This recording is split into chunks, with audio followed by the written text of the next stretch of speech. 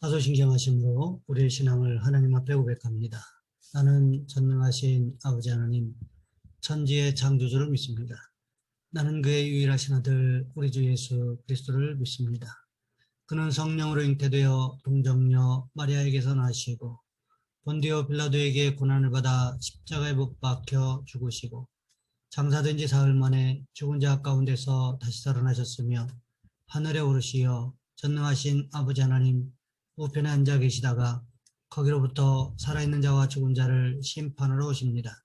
나는 성령을 믿으며 거룩한 공교회와 성도의 교제와 죄를 용서받는 것과 몸의 부활과 영생을 믿습니다. 아멘. 찬송가 549장입니다.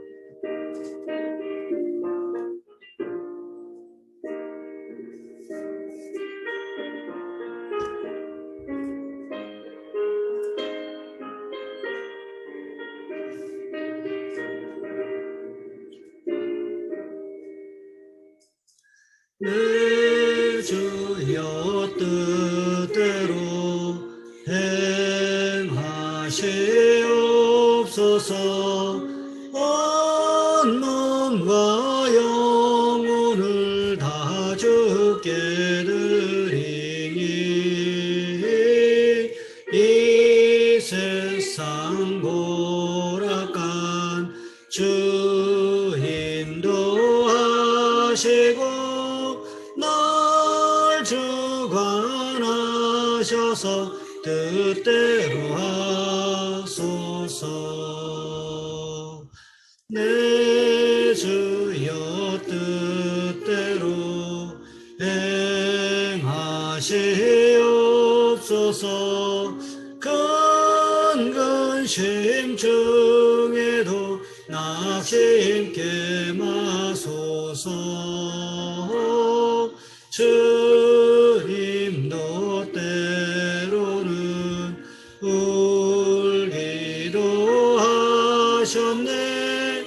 날 주관하셔서 뜻대로 하소서.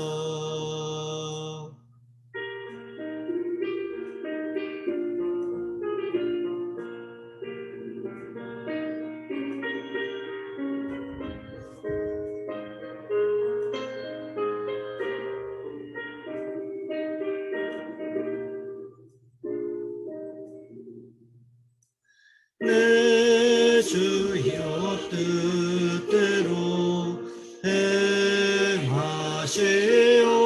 행하시옵소서. 내 모든 일들을 다 주께 맡기고 저천성 향하여 고요히 가리니 살든지 죽든지 뜻대로 하소서.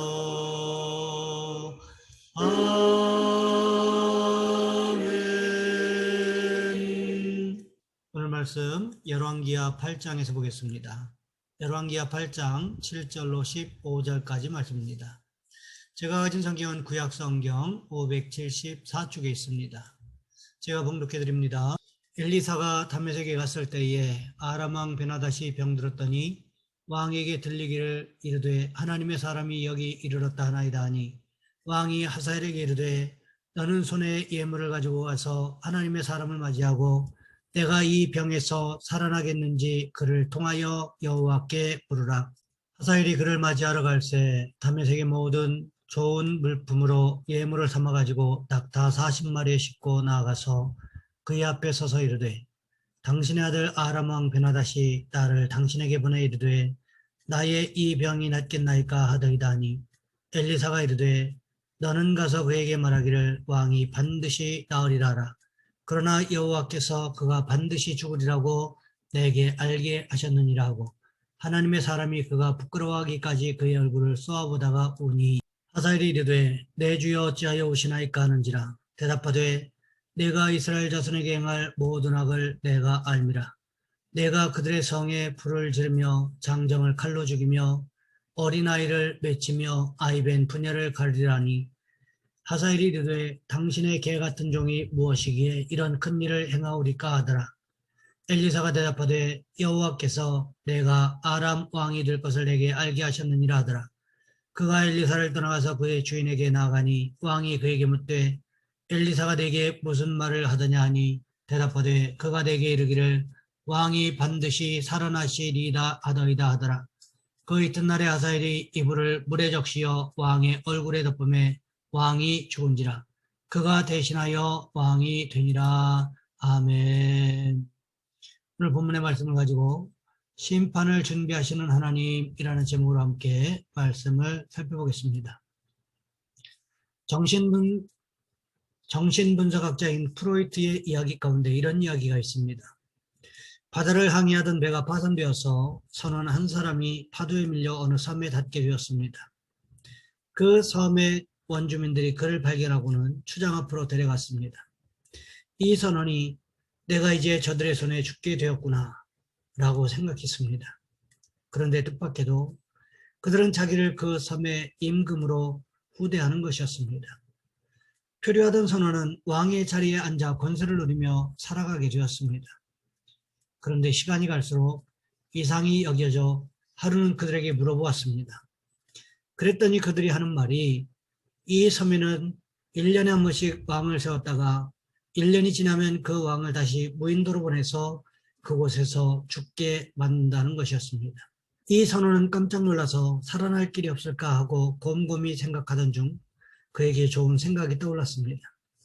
그는 그들에게 명령하기를 배를 한 척 지어서 그 배에 곡식과 과일나무를 싣고 무인도로 가 심으라고 했습니다. 임금의 명령이므로 그들은 모두 순종했습니다. 드디어 1년이 지나자 그들은 임금을 무인도로 보냈습니다. 그러나 그는 자기가 임금으로 있을 때 살아날 길을 준비했던 까닭에 여생을 안전하게 살았다는 것입니다. 이처럼 우리도 삶의 여정 가운데 준비하는 신앙을 가져야 하지만 오늘 본문에 보시면 하나님께서 세상 역사를 위하여 여러 가지 준비를 하고 계시는 모습을 볼 수가 있습니다. 오늘 본문 7절과 8절 말씀에 보시면 이렇게 기록하고 있습니다. 엘리사가 다메섹에 갔을 때에 아람 왕 베나다시 병들었더니 왕에게 들리기를 이르되 하나님의 사람이 여기 이르렀나이다 하니 왕이 하사엘에게 이르되 너는 손에 예물을 가지고 가서 하나님의 사람을 맞이하고 내가 이 병에서 살아나겠는지 그를 통하여 여호와께 물으라. 엘리사 선자가 어디에 갔다고 기록하고 있습니까? 다메섹에 갔다는 것입니다. 그 당시에 다메섹은 아람의 수도였습니다. 그렇다면 북왕국 이스라엘의 선지자였던 엘리사가 어떻게 아람의 수도인 다메섹에 갈 수 있었을까요? 그것뿐만이 아니지요. 어떻게 아람 왕 베나다시 엘리사 선자에게 내 병이 낫겠는지 여호와께 물어봐 달라고 부탁했을까요? 아마도 이때는 수리아의 군대 장관 나아만의 나병을 치료한 이유였던 것 같습니다. 그렇기 때문에 엘리사 선자가 아람의 수도였던 다메섹을 자유롭게 다닐 수 있었을 뿐만 아니라 아람 왕 베나다시 엘리사 선자에게 자기 병에 대해서 여호와께 물어달라고 부탁했을 것입니다. 그런데 우리는 여기서 아람 왕 베나닷의 태도에 대해서 생각해 보아야 합니다. 우리의 삶에 문제가 생겼을 때, 병이 생겼을 때 우리는 하나님 앞에 어떻게 기도합니까? 하나님, 이 문제를 해결해 주세요. 하나님, 이 병을 고쳐주세요. 이렇게 기도하지요. 그런데 오늘 본문의 아람 왕 베나닷은 어떻게 말하고 있습니까? 내가 이 병에서 살아나겠는지 그를 통하여 여호와께 물으라. 마치 엘리사 선자를 무당처럼 대하고 있는 것 같은 모습이라고 생각되지 않으십니까? 아람 왕 베나닷이 엘리사 선자에게 직접 물었던 것이 아니었습니다. 아람 왕 베나닷이 누구를 대신해서 보냅니까? 하사엘을 대신해서 보냈습니다. 아람 왕을 대신해서 하사엘이 엘리사 선자에게 아람 왕의 병이 나을 것인지를 물었습니다. 그러자 엘리사 선자가 어떻게 대답하고 있습니까? 오늘 본문 10절 말씀에 보시면 이렇게 기록하고 있습니다. 엘리사가 이르되 너는 가서 그에게 말하기를 왕이 반드시 나으리라 하라. 그러나 여호와께서 그가 반드시 죽으리라고 내게 알게 하셨느니라 하고, 엘리사 선자는 두 가지 이야기를 합니다. 하사엘이 아람 왕 베나닷에게 가서 해야 할 말을 먼저 가르쳐 주었습니다. 그것이 무엇이었습니까? 너는 가서 그에게 말하기를 왕이 반드시 나으리라 하라. 반면에 하사엘만 알고 있어야 될 비밀스러운 사실을 말하고 있었습니다. 그것이 무엇이었습니까? 그러나 여호와께서 그가 반드시 죽으리라고 내게 알게 하셨느니라. 그렇다면 아람 왕 베나닷이 어떻게 된다는 것일까요? 죽는다는 것이지요. 이것이 사실입니다. 그렇다면 엘리사 선지자는 왜 이 사람에게는 이 말을 하고 저 사람에게는 저 말을 했던 것일까요? 거기에는 이유가 있습니다. 중국의 진시황의 무덤을 보면 순장이라는 제도가 있었던 것을 알게 됩니다. 그것은 자기가 죽은 후에도 사후의 세계에서 통치자로 영원히 남고 싶다는 욕심이 있었습니다. 그래서 어떻게 합니까? 아주 커다란 무덤을 만들어 놓고는 많은 사람을 생매장시키고 또 토기로 말과 사람의 형상을 만들어서 묻어 놓는다는 거지요. 그러므로 인해서 사후의 세계에서도 왕으로 통치할 수 있으리라고 생각했기 때문이었습니다. 아마도 베나닷도 그런 성품을 가지고 있지 않았을까 하는 생각을 해보게 됩니다. 그렇기 때문에 엘리사 선지자가 아람 왕 베나닷에게는 낫겠다라고 말하고 하사엘에게는 베나닷이 반드시 죽는다고 알려주었던 것입니다. 이렇게 말한 이후에 엘리사가 무슨 행동을 합니까? 오늘 보면 12절 말씀을 보시면 이렇게 기록하고 있습니다. 하사엘이 이르되 내 주여 어찌하여 오시나이까 하는지라. 대답하되 내가 이스라엘 자손에게 행할 모든 악을 내가 알미라. 내가 그들의 성에 불을 지르며 장정을 칼로 죽이며 어린아이를 맺히며 아이벤 부녀를 가르리라 하니. 하사엘이 이스라엘을 쳐들어와서 행하게 될 악행에 대해서 기록하고 있습니다. 그때 하사엘이 어떻게 말합니까? 오늘 보면 13절 말씀해 보시면 당신의 개 같은 종이 무엇이기에 이런 큰 일을 행하오리까. 그때 엘리사 선지자가 무슨 말을 하고 있습니까? 여호와께서 내가 아람 왕이 될 것을 내게 알게 하셨느니라. 사실 하사엘을 왕이 될 것이라고 예고하신 것은 엘리사 선지자에게 하신 말씀이 아니었습니다. 누구에게 했던 말씀이었습니까? 열왕기상 19장 15절 말씀해 보시면 이렇게 기록하고 있습니다. 여호와께서 그에게 이르시되 너는 내 길을 돌이켜 광야를 통하여 다메섹에 가서 이르거든 하사엘에게 기름을 부어 아람의 왕이 되게 하고. 하사엘에게 기름 부어 아람의 왕으로 삼으라고 하셨던 것은 엘리야 선지자에게 하나님께서 명령하셨던 말씀이었다는 거지요. 그런데 엘리야 선지자의 후계자였던 엘리사 선지자를 통해서 하사엘을 아람 왕으로 세우는 일을 마무리했던 것을 성경은 기록하고 있습니다. 그런데 우리가 여기서 중요하게 생각해 보아야 할 부분이 있습니다. 그렇다면 왜 하나님께서 하사엘을 아람의 왕으로 세우셨던 것일까요? 그것은 이스라엘에 대한 심판 때문이었다는 것입니다.